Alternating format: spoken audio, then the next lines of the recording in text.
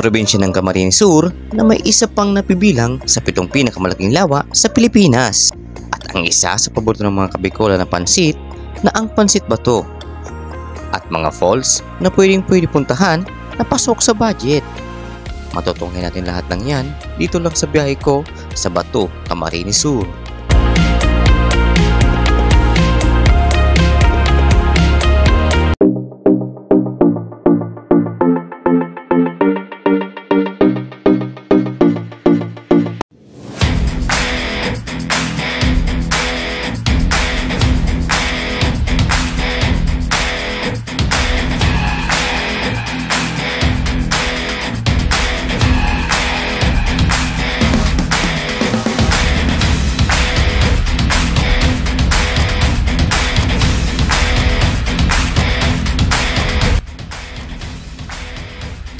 Habang travel namin ang Camarines Sur, may nakita kami ng mga handicraft dito sa parte ng Matakon tulad ng walis tambo, duyat at marami pang iba.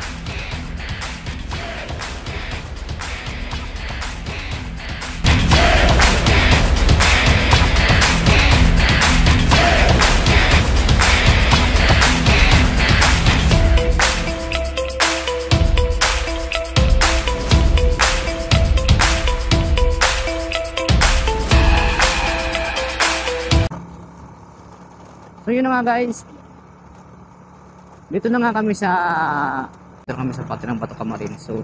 So papasok na kami ng sentro, then mamaya makikita natin yung Lake Bato dito sa Bato Camarines. So yung isa sa tawag dito pinakamalaking lake dito sa Pilipinas.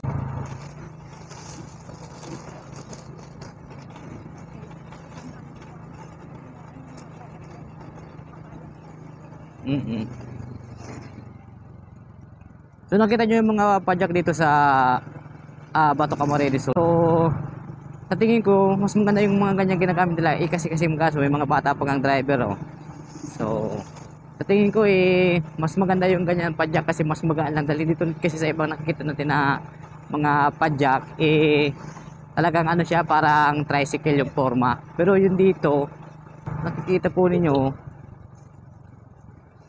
is mga mga payong lang yung gamit nila. Bale yung ginagawa ng suporta para sa init at saka sa ulan.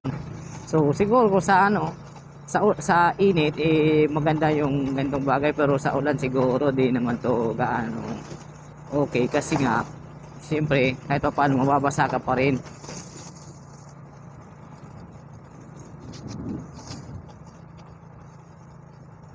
So ito to sa medyo sa looban na ng ng Bato Camarines. So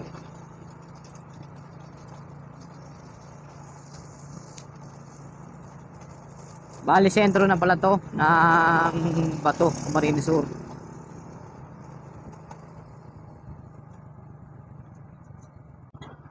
So hindi ko na alam yung daanan dito, so magtatanong-tanong na lang tayo dito.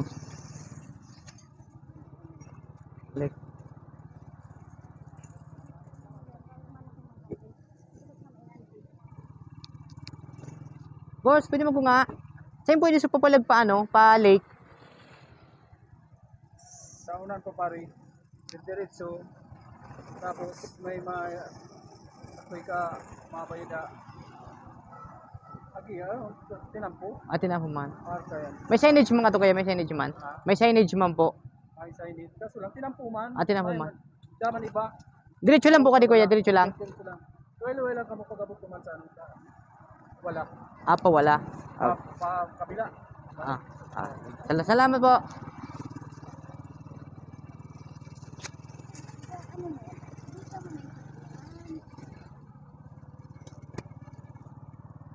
So yun nga guys, so bali doon sa tinanungan natin, diretso pa daw tayo kasi dito tayo ngayon sa sentro ng Bato Camarines. So makikita po natin dito is mayroon din po silang LCC Supermarket.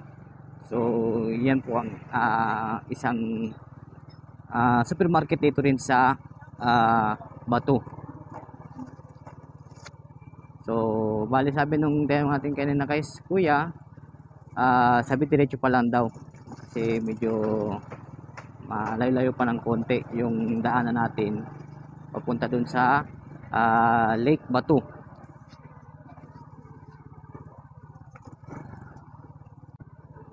Tay, saan pwede siya papalag pupuntang lake? Lake? Lake? Oo. Bato Lake? Oo. Ganda ka. Ay, so agyan po ito? Bato Lake? Oo. Ganda ka. So, ito po. Ito pala nga ito mong ikan to. Yun nga, sa Batu Lake. O dyan na kayo. Ano sila po yan? Bacolod o neighborhood? Ano ka to, babe? Sa ano to? Anong barangay? Hindi, doon kami pupunta mismo sa ano, sa lake. Sa Batu Lake. Ay, dun sa Ayagan. Sa ako parang pier. Ah, Santiago. ay, Santiago. Amo ka. Ayagan. O, doon. Saan po ka na daanan? Paikot na kayo, diretso lang. Tapos pakanan. Ayagan. Meron kayo, ay, tingnan dito, neighborhood na yan. Papuntang neighborhood, Bacolod. Ah. Pero nga, diretso lang nito, itong highway. Tapos, magtanong kayo, Santiago na to. Ayagan, yan, tama na yan. Ah, Hayagan. Doon, pier. Ah, Doon tayo sa Battery. opo, sa Batu Lake kami punta. Doon na, Sige tayo, salamat po. Santiago, Ayagan, nanti. Ayagan. Opo. Pakanan to. Tara boy, pakanan daw. So, di ko maintindihan yung mga turo ng mga turo dito kasi sabi niya diretso pa daw kasi ano.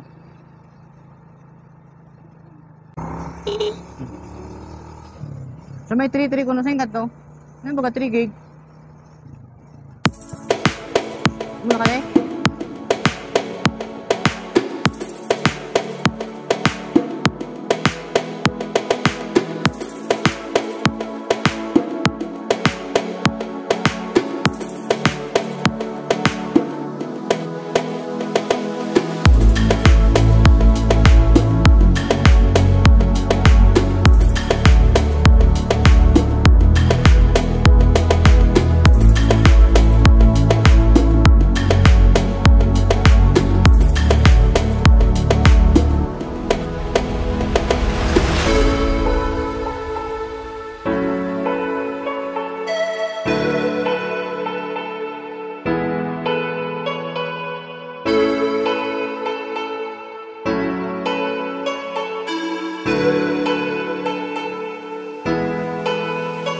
At dito po tayo ngayon sa Bato, Camarines Sur. So titingnan po natin yung mga napakalawak na lake dito sa Bato. So ito po ay ito ay isa sa 7 na pinakamalaking lake po sa buong Pilipinas. So dito po tayo ngayon sa Camarines Sur. So matutunghayan po natin kung gaano kalawak itong lake dito sa Bato, Camarines Sur. So kung natatandaan nyo, puntahan natin yung nakaraan yung Lake Buhi dito din sa Camarines Sur. So dito naman po tayo ngayon sa Bato. So dito po ngayon natin matutunghayan yung kagandahan ng Lake Bato, at isa po dito makikita natin is yung pinagmamalaki nila na tilapia na batong tilapia yung tinatawag nila. So isa rin po dito yung makikita rin din natin dito is yung isdang sinarapan. So medyo tanggal na kasi tayo dumating, so di natin naabutan yung mga nag-harvest kaninang umaga ng tilapia. Yun nga guys, so makalipas ang ilang minuto nating biyahe mula Pulangi Albay hanggang dito po sa Bato, Camarines Sur. So narating na po natin tong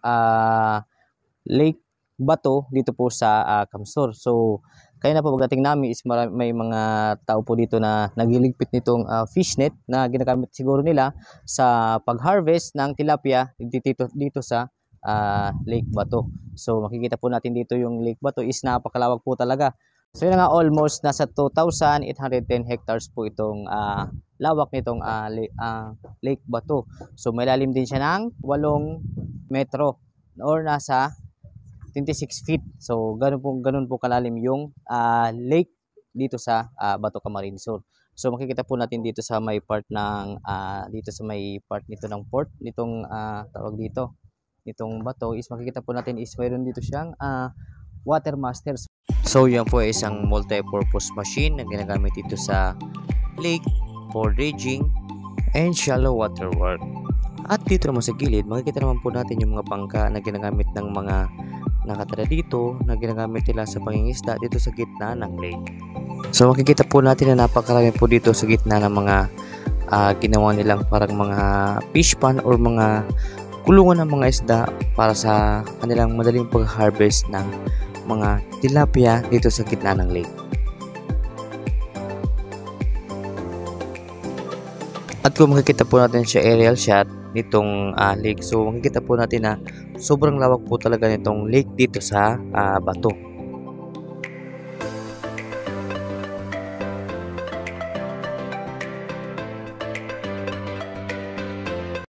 So yun na nga guys, so dito po sa Bato is dito rin po yung ito na rin po yung pinagmamalaki nila na pansit bato dito sa Bato Camarines Sur.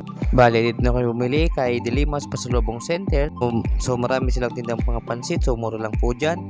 Then marami din dyan mga pasalubong for going kayo ng Manila or uwi kayo sa inyong pamilya. So marami po sila iba't pang klase ng mga pasalubong niya. May mga pili, may mga photo seco, at marami pa pong iba. So maraming thank you po pala dyan sa tindahan na yan dahil bumili kami ng pansit, so binigyan din kami ng chicharon at isang photo seco. So thank you po ng marami dito sa Dilimas Pasalubong Center. At kung nadaan po kayo ng Bato Camarines Sur, so daan po kayo dito sa Dilimas Pasalubong Center. So mga mura lang po yung mga bilihin dyan, mga pangpasalubong po tsaka pansit na talagang swak na swak po sa budget. At ngayon naman, pupuntahan naman natin ang isa sa pinagmamalaki ng Bulacan Camarines Sur, ang tinatawag nilang Nalalata Falls. At habang minabaybay namin ang daanan papuntang Nalalata Falls, makikita po natin dito sa Bulacan Camarines Sur na yung mga daanan dito is mga under construction pa. Bali, ito na naman yung isang adventure namin mula sa Google Map. So ito yung binigay sa amin daan papunta sa Nalalata Falls. May kalsada naman pala talaga na pwedeng daanan. So ito lang yung binigay na naman sa amin. So grabe talaga adventure namin dito. So halos kawawa yung mga motor namin kasi mula dito hanggang dun sa dulo mga lubak-lubak na yung dinaanan namin. Nagtanong pa nga ako dun sa kasama kung tama ba yung dinadaanan. Sabi niya tama daw. So nagdiretso pa kami. So akala nga namin nawawala na kami. At akala ko rin dun sa dulo na doon na yung fall. So hanggang dun sa dulo paglabas namin kalsada na pala. Mayroon pa dun na mas magandang daanan na pwedeng daanan natin papuntang Nalalata Falls.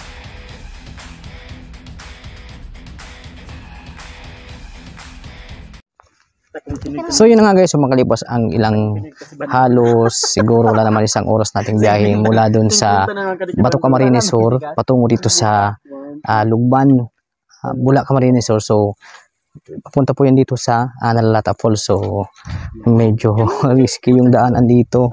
Simula doon sa papasok na dito sa Bula, mula doon sa Bula papasok na dito sa Lugban, Bula Camarines Sur. So medyo risky na yung daanan dito dahil nga medyo mga ano pa siya, is under construction pa yung iba, and yung iba is one way lang. So pag may nakasalubong kang sasakyan, igigilid ka talaga kasi nga di kasya yung dalawang sasakyan kung magkasalubong kayo.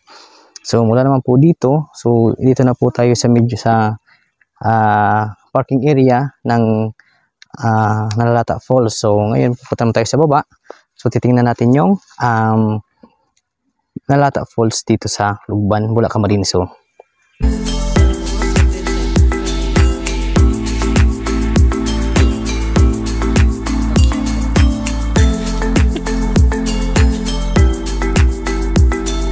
So yun na nga guys, so bababa na kami dito sa Nalalata Falls. So nakikita nyo dito yung daanan is parang same siya like Vera Falls. So pababa siya, tapos may pathway naman daanan, then may mga hagdan na naman po siyang daraanan. So safe naman kasi may mga hawakan naman po siya sa gilid. Hindi, kaya kung mapababa ka naman dito papunta sa falls is safe naman po.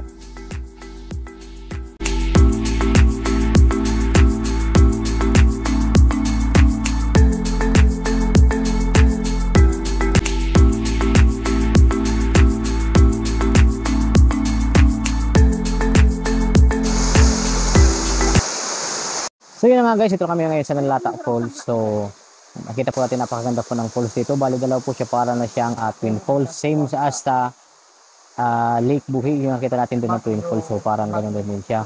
So ngayon papalipad na ako ng drone dito, kaso nga yan, palpak naman yung drone ko. di lumipad kasi walang makuhang signal. So searching signal. So bali di ako nakapagpalipad ng drone kanina nga dahil ayaw mag-connect na ayaw makakuha ng signal. So medyo liblib na kasi ito, tapos pababa na. So yun, hindi ako makakuha ng hindi ako makakuha ng signal ng satellite ng drone, kaya di ako makapalipad ng drone. So sayang, sana ang ganda sana dito eh. Kaso yun nga yung problema, di tayo makapagpalipad ng drone. So mamaya na lang sa labas, so susubukan ko magpalipad dito mula din sa labasan. So dito susubukan ko magpalipad mula doon hanggang dito sa may falls. Sa labas sa nakikita nyo, so dito na tayo ngayon sa Nalata Falls. So makikita po natin dito yung napakagandang falls dito sa Lugban, Bula, Camarines Sur. So makikita po nyo dito is napakaganda po ng falls dito. Bali, dalawa po siya sa kabilaan para na siyang tinatawag itong Twin Falls. So may mga naliligo rin dito dahil sa napakalamig ng tubig at napakalinaw po ng dito.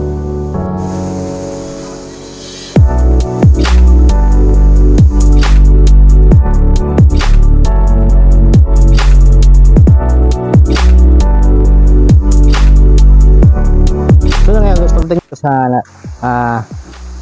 Nalalata Falls is pagdating nyo dito sa may entrance is mag-logbook pa kayo, then may entrance po ditong bale 30 pesos. So dito naman po sa may patawid may hanging bridge na dadaanan mo papalipat dito sa kabila ng daanan mo na dun sa pababa. So yun na nga, pagdating mo dito sa taas ay logbook ka, kahit kung ilan kayo magkasama, pwede naman isa lang yung mag-logbook sa inyo. Then may entrance po siya ng 30 pesos. Then kung gusto naman yung mag-cottage, then may cottage naman po sila is nasa halaga lang po ng 200 pesos. Para naman halimbawa may mga dala kayo o sa mga family nyo kasama nyo dito, is pwede po kayo mag-cottages dito. Then para makapag-swimming naman kayo doon sa Nalalatas Falls.